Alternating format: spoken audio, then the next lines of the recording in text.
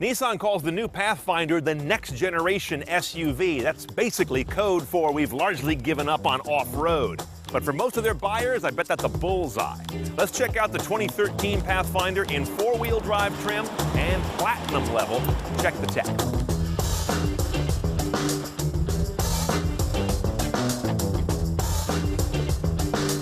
Now, the last Pathfinder was this big horrid-looking thing, like something the Pentagon would put out an RFP for. This is a pretty boy. You can see it's got a lot of the DNA from the Infiniti JX. And under the skin, things are different as well. No longer body on frame. It's now a unibody vehicle, like a car. In fact, it shares a platform with the Murano and the Maxima. The big engines are gone too. You used to get a 4-liter V6 or a 5.6 V8. No more. Now, single engine, 3.5-liter V6, an old standby. If you're having trouble spotting the new generation Pathfinder, just look for the second row door handles. For the first time ever, they're not on the C-pillar. They're down on the door. Now inside, this thing is Infiniti everywhere. Yeah, it's a Nissan, but they've really brought a lot of Infiniti cues up in a lot of Nissans lately, and this one's gotten a huge dose of it. Here are the things to look for. In the center of the two dials, you've got this nice LCD screen, not that crunchy 8-bit nonsense that Nissan did forever, ruining their dashboards. Beautiful gauges as well.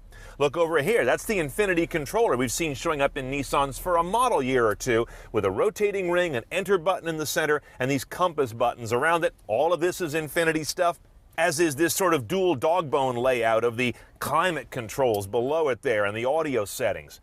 Now, since we have the platinum trim here, we have some nice features in the dash. The navigation system is one of them. You don't get that in every Pathfinder, as you might imagine. Beyond that, nothing really new here. We've seen this sort of look of map. It'll give you all kinds of different views. There's a great bird's eye view, but it still looks a little childish to me. And sometimes the streets are incredibly tortured. They haven't done a great job of calling out a lot of those street labels in this current generation, which goes back years now. And if you don't want to use the controller or the dedicated buttons or the touchscreen because you're picky that way, you can always use the voice command, which is, I'd say, basic but very robust.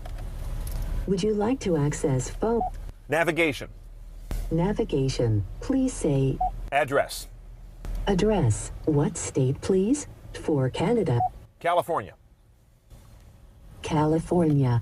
Now notice how fast I can whip through an address there, but I still have to do it bucket style, one little module at a time, but there's excellent voice prompt commands on the screen, so I don't have to memorize some stupid syntax. That's a good thing. Also on this car, we've got an elaborate camera system, which is weird because we're missing some other technologies for driver assistance, but not camera. If I put this guy in reverse, look what I get. I've got a rear camera, I've got the around view monitor, all 4 angles around the vehicle, and if I hit the camera button again, I get this sort of down corner look at the right front wheel. So you've got an amazing richness of cameras on this vehicle that's part of this platinum trim level. As for the entertainment system, you've got just about everything you care about, and all you're missing are things you don't care about, with the exception of HD radio. I was surprised to not find HD radio on this vehicle, standard or optional. AM and FM and satellite radio, of course, are in there. Sat radio is very responsive in this guy, by the way. It clicks up the information for a new station like that, which I like. Under the aux menu here, you're going to find your auxiliary inputs. As you can see, audio and video are available. There's CD and or DVD here in this slot, and Bluetooth streaming has good Metatag support. We also have a rear seat entertainment system on this guy that's a little something out of the 90s. You got dual screens in the back that can watch a DVD or a portable plugged in through RCA jacks. But the kids are going to have an iPad. They're never going to use that. Don't waste your money.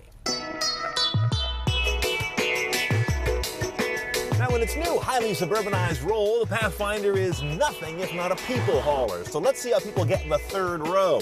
As you see, I got a nice big hole right here to do that.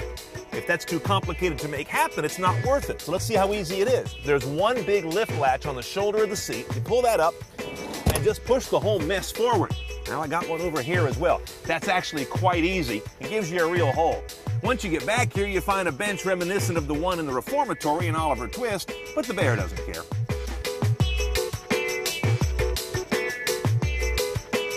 I must say, Nissan deserves yet another award for this implementation of their legendary V6, in this case, for ugliest engine bay. It's just a sea of cheap black plastic. So again, people who buy this thing aren't going to be engine aficionados, and they've gone to the well for the company's standard 3.5-liter V6. Pathfinders used to have either a 4-liter V6 or a big old 5.4-liter V8. Both gone. Smaller engine, but 260 horse, 240 foot-pounds of torque. Moves this roughly 4,400-pound beast up to 60 in around 7.5 seconds. Nissan doesn't actually publish a number, while delivering 1925 mpg, and that's all-wheel drive. That's a pretty good number for the size and weight of this vehicle being lugged around by this engine. If you go with two-wheel drive, you get a little bump in mpg to 2026. And I'm intrigued how they've lifted a number of engine components relatively high in the engine bay. This upper level of the air intake, for example, is way up here. It's this kind of off-road technique when you want a vehicle to ford deep water.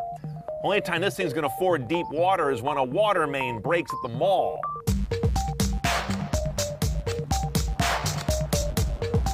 So what's it like driving a 13 Pathfinder? It's like a big old bowl of vanilla ice cream.